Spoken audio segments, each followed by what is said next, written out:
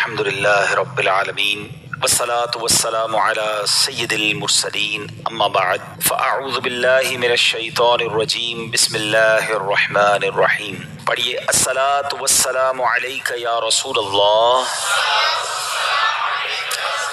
وعلى آلك وأصحابك يا حبيب الله الصلاة والسلام عليك يا نبي الله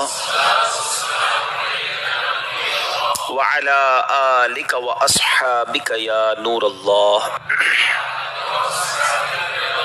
درود پاک پڑھنے کے بے شمار فضائل و برکات ہیں۔ میرے آقا مدینے والے مصطفیٰ صلی اللہ تعالیٰ علیہ وسلم کا فرمان ہے، جب جمعرات کا دن آتا ہے تو اللہ تعالیٰ فرشتوں کو بھیجتا ہے جن کے پاس چاندی کے کاغذ ہوتے ہیں، سونے کے قلم ہوتے ہیں۔ اسپیشل پریپریشن ہوتی ہے فرشتوں کی آن دا ڈے آف تھرسڈے۔ کیا کرتے ہیں؟ چاندی کے کاغذ اور گولڈ کے، سونے کے قلم ہوتے ہیں۔ وہ لکھتے ہیں، اس دن لکھتے ہیں کہ کون یوم جمعرات اور شب جمعہ مجھ پر کثرت سے درود پاک پڑھتا ہے۔ یعنی آج اسپیشل ارینجمنٹ ہے خاص درود پاک پڑھنے والوں کے لیے، تو ہمیں جمعرات، پھر جمعرات کی رات، جمعے کا دن کثرت سے درود پاک پڑھنا چاہیے۔ مل کر محبت کے ساتھ درود پاک پڑھ لیں۔ صلو علی الحبیب صلی اللہ تعالی علی محمد صلی اللہ علیہ وآلہ وسلم۔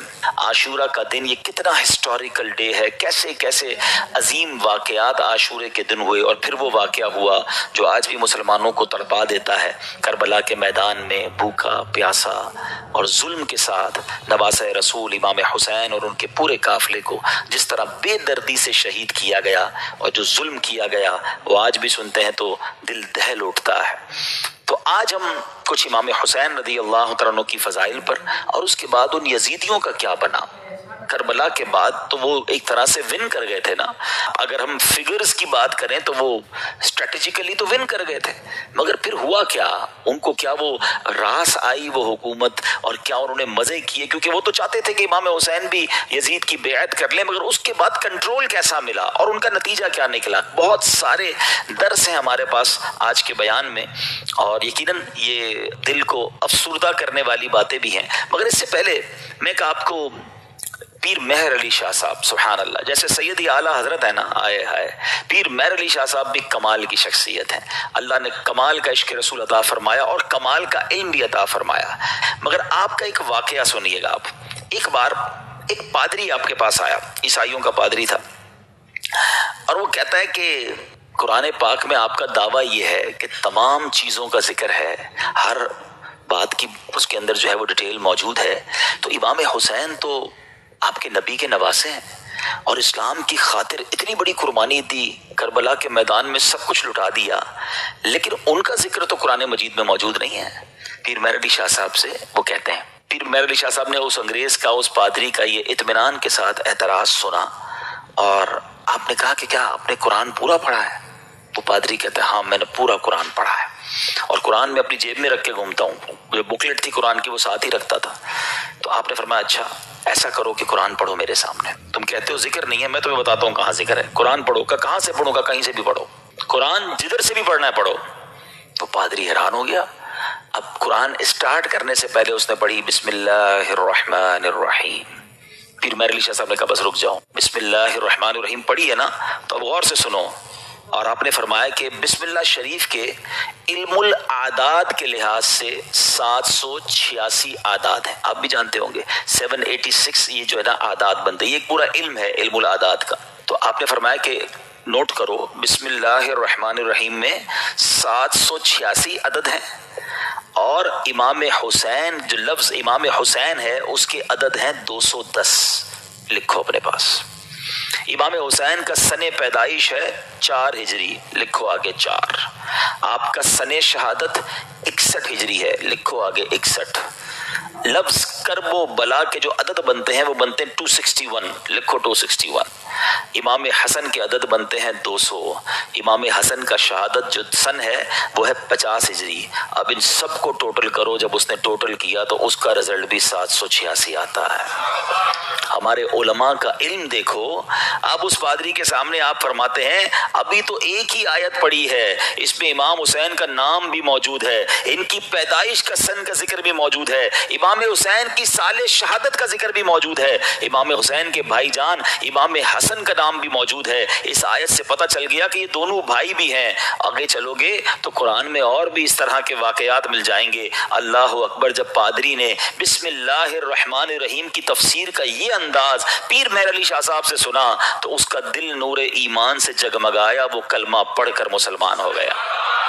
یہاں پر علم قرآن اور علماء کرام کو اللہ پاک نے کیسا مقام دیا ہوا تھا یہ بھی ہمیں سیکھنے کو ملتا ہے. اور سبحان اللہ، پھر نگاہ ولی میں وہ تاثیر دیکھی، بدلتی ہزاروں کی تقدیر دیکھی. اچھا پھر آگے یہاں پر یہ بھی یاد رہے یہ تو ایک علم العادات کے ذریعے جواب تھا، ورنہ بسم اللہ شریف کے اندر کیا کچھ موجود ہے. مولا علی شیر خدا کرم اللہ تعالی وجہ الکریم، آپ پتہ ہے کیا ہے؟ آپ باب صلی اللہ کہلاتے ہیں. ہم نے منقبت میں سنا نا، وہی جن کو باب صلی اللہ کہیں. باب صلی اللہ کا مطلب کیا ہے؟ آقا فرماتے ہیں، حدیث پاک کا مضمون ہے، میں علم کا شہر ہوں اور علی اس کا دروازہ ہے، یعنی باب ہے اس شہر کے. تو آپ فرماتے ہیں کہ اگر میں چاہوں تو بسم اللہ کی تفسیر سے 70 اونٹ بھر دوں. یعنی اس کا مطلب یہ ہوا کہ اتنے کاغذوں پر اتنی بکس بن جائیں گی تفسیر کی، صرف بسم اللہ شریف کی، کہ 70 اونٹوں پر اس کو رکھا جائے گا تب جا کر کمپلیٹ ہوگی. تو یہ ہے قرآن اور یہ ہے علم القرآن جو ہمارے اسلاف کو معلوم تھا. مگر آج ہم قرآن سے بہت دور ہیں، ہم قرآن پڑھتے نہیں ہیں. اچھا یہ تو ایک فی البدی جواب تھا پیر مہر علی شاہ صاحب کا کہ جناب علم العادات سے یہ ذکر کیا، مگر قرآن مجید فرقان حمید میں اہل بیت اطہار کا صراحت کے ساتھ اور سبحان اللہ گویا ان کی شان اور ان کی منقبت قرآن بیان کرتا ہے. کتنی خوبصورت ایک آیت ہے قرآن پاک کی، پارہ 22 ہے، سورہ احزاب، آیت نمبر ہے 33. اللہ قرآن میں ارشاد فرماتا ہے انما یرید اللہ لیذھب عنکم الرجس اہل البیت ویطہرکم تطہیرا. ترجمہ، اے نبی کے گھر والوں، اللہ تو یہی چاہتا ہے کہ تم سے ہر ناپاکی دور فرما دے اور تمہیں پاک کر کے خوب صاف ستھرا کر دے. طبرانی اور مسلم شریف میں حدیث پاک میں ہے کہ پیارے آقا علیہ الصلوۃ والسلام نے حضرت علی، حضرت فاطمہ اور حسنین کریمین رضی اللہ تعالیٰ عنہم کو چادر مبارک میں لے کر یہ آیت تلاوت فرمائی. اور ایک روایت میں ہے کہ آپ علیہ الصلوۃ والسلام نے دعا کی، مولا یہ میرے اہل بیت ہیں، انہیں خوب ستھرا فرما دے. سبحان اللہ. اسی آیت کے بارے میں مولانا حسن رضا خان صاحب لکھتے ہیں نا، ان کی پاکی کا خدائے پاک کرتا ہے بیان، ان کی پاکی کا خدائے پاک کرتا ہے بیان، آیا تطہیر سے ظاہر ہے شان اہل بیت. یعنی ان کی شان قرآن بیان کر رہا ہے. تو امام حسین کا ذکر بھی ہو گیا نا، امام حسن کا ذکر ہوا، بی بی فاطمہ کا ذکر ہوا. اللہ اکبر. اور آگے چلیے ایک اور جگہ سورہ شورى آیت نمبر 23 میں اللہ ارشاد فرماتا ہے قل لا اسألکم علیہ اجرا الا المودۃ فی القربى. اللہ قرآن میں فرماتا ہے تم فرماؤ میں اس پر تم سے کوئی معاوضہ طلب نہیں کرتا مگر قرابت کی محبت. نبی پاک نے کیا فرمایا؟ اور کوئی معاوضہ طلب نہیں کر رہا مگر میرے عزیزوں سے محبت کرنا. سلطان المفسرین حضرت عبداللہ ابن عباس رضی اللہ تعالیٰ عنہ فرماتے ہیں جب یہ آیت نازل ہوئی صحابہ کرام نے عرض کی یا رسول اللہ صلی اللہ تعالیٰ علیہ وسلم، آپ کے اہل قرابت جن سے محبت کا اللہ پاک نے حکم دیا ہے یہ کون ہیں؟ فرمایا علی، فاطمہ سبحان اللہ اور ان کے دونوں بیٹے یعنی حسنین کریمین رضی اللہ تعالیٰ عنہم. ہم کیوں نہ پنجتن پاک سے پیار کریں؟ ان سے پیار کا، ان سے محبت کا حکم گویا ہمیں قرآن دے رہا ہے. اور سبحان اللہ ایک اور آیت میں کس انداز سے ان کا جو ہے وہ شان بیان ہوتی ہے. پارہ نمبر ہے 5 سورہ نساء آیت نمبر 54. اللہ پاک ارشاد فرماتا ہے ام یحسدون الناس علی ما آتاہم اللہ من فضلہ، ترجمہ بلکہ یہ لوگوں سے اس چیز پر حسد کرتے ہیں جو اللہ نے انہیں اپنے فضل سے عطا فرمائی ہے۔ حضرت امام باقر رضی اللہ تعالیٰ عنہ فرماتے ہیں اس آیت کریمہ میں بیان کیے گئے وہ لوگ جنہیں اللہ پاک نے اپنا فضل عطا کیا اور جن سے کافر و منافق حسد کرتے ہیں، خدا کی قسم یہ ہم اہل بیت ہیں۔ خود امام باقر نے گویا اس کی تفسیر کی کہ جن کے بارے میں یہ ذکر ہو رہا ہے یہ ہم اہل بیت ہیں۔ سبحان اللہ، یہ مقام ہے اہل بیت کا۔ ایک جگہ نبی پاک علیہ الصلوۃ والسلام کیا خوب فرماتے ہیں، حدیث کا مضمون ہے کہ میری اہل بیت میری امت کے لیے کشتی نوح کی مانند ہے، جو اس میں سوار ہو جائے گا وہ پار لگ جائے گا۔ اچھا، یہ کس کے لیے کہا؟ اہل بیت کے لیے۔ اب ذرا توجہ کیجئے گا اعلیٰ حضرت کا کس طرح حدیثوں پر یوں سمجھیے کہ عبور تھا اور کیا انداز تھا، اور آپ کو سمجھ آ جائے گی بات کہ اہل بیت کو کیا کہا؟ کشتی کہا۔ ایک جگہ نبی پاک کی حدیث ہے اصحابی کالنجوم فبأیہم اقتدیتم اہتدیتم، آقا فرماتے میرے صحابہ ستاروں کی مانند ہیں، ان میں سے جس کی بھی پیروی کرو گے تم کامیاب ہو جاؤ گے، ہدایت پا جاؤ گے۔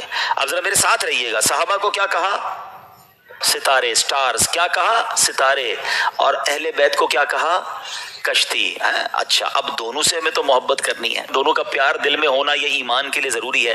انفارچونیٹلی آج ایسا دور آ گیا ہے کہ کچھ لوگ صرف صحابہ کی بات کرتے ہیں، اہل بیت کی بات نہیں کرتے، کچھ صرف اہل بیت کی بات کرتے ہیں، صحابہ کی بات نہیں کرتے۔ ہمیں اللہ نے کیسا پیارا عقیدہ دیا، کتنا خوبصورت ایمان دیا کہ صحابہ سے بھی ہمیں پیار ہے، اہل بیت سے بھی ہمیں پیار ہے۔ اچھا، پھر سیدی اعلیٰ حضرت نے ان دونوں حدیثوں کو کس طرح ایک شعر میں پرو دیا، جو میں پہلے بیان میں سٹارٹ میں کہہ رہا تھا نا کہ اعلیٰ حضرت کو پڑھو تو سمجھ آئے گا وہ کیا ہستی ہیں، کیا مقام ہے، علم کیسا تھا۔ سیدی اعلیٰ حضرت کہتے ہیں اہل سنت، ہم اہل سنت والے ہیں نا، سب سے پیار ہے نا، صحابہ سے بھی اہل بیت سے بھی۔ سنو، اہل سنت کا ہے بیڑا پار، اصحاب حضور نجم ہے اور ناؤ ہے عطرت رسول اللہ کی۔ کہتے ہیں اہل سنت والوں کا تو بیڑا پار ہی لگنا ہے۔ اب جو تھوڑا سا اسٹڈی کرتے ہیں کہ یہ جو سمندر پار کرنے کے لیے دو چیزیں بڑی ضروری ہیں، اچھی کشتی اور ستارے۔ اب تو کمپاس وغیرہ آ گئے، ورنہ پہلے ستاروں سے ہی راستہ تلاش کیا جاتا تھا۔ تو فرمایا ہمارا تو بیڑا پار ہونا ہے، کشتی جو ہے ہماری جو اہل بیت ہے، اور ستارے جو ہیں وہ ہمارے صحابہ ہیں، دونوں کا پیار دل میں ہے، دونوں کو فالو ہم کر رہے ہیں، انشاءاللہ بیڑا پار لگ جانا ہے۔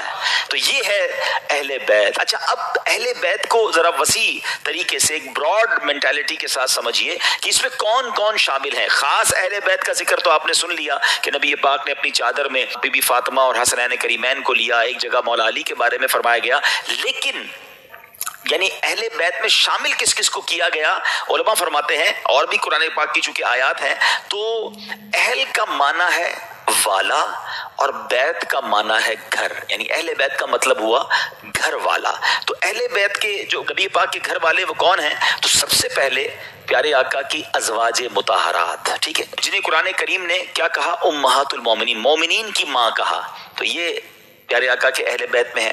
پھر پیارے آقا علیہ السلام کی تمام اولاد پاک، آپ کے تمام شہزادے، چاروں شہزادیاں اور ان شہزادیوں کی اولاد، ان سب کو اہل بیت کہا جاتا ہے۔ سبحان اللہ۔ اور پھر بی بی عائشہ صدیقہ رضی اللہ تعالیٰ عنہ کا مرتبہ یہ ہے، اہل بیت میں تو ساری ازواج مطہرات ہیں، کیونکہ مولانا حسن رضا خان صاحب کی منقبت چل رہی تھی۔ تو آپ جب نبی پاک علیہ السلام کے ساتھ کمرے میں ہوتی اور جبریل امین جب وحی لے کر آتے نا، تو حجرہ عائشہ میں داخل ہونے سے پہلے اجازت لیا کرتے ہیں کہ حضور کیا میں اندر آ سکتا ہوں؟ Look at the status of that particular house۔ حجرہ عائشہ، اچھا حجرہ عائشہ کون سا ہے پتہ ہے آپ کو؟ آج جو ہم سنہری جالیوں پہ حاضری دیتے ہیں نا، جو نبی پاک آج جہاں جلوہ فرما ہے، یہ وہی گھر تھا، یہ وہی کمرہ تھا، یہ وہی حجرہ عائشہ تھا جو آج روضہ رسول بنا ہوا ہے۔ مولانا حسن کیا لکھتے ہیں؟ ان کے گھر میں بے اجازت جبرائیل آتے نہیں، ان کے گھر میں بے اجازت جبرائیل آتے نہیں، قدر والے جانتے ہیں قدر و شان اہل بیت۔ تو بہرحال اہل بیت کی کیا بات ہے، سبحان اللہ، یہ گھرانہ میرے حضور کا ہے۔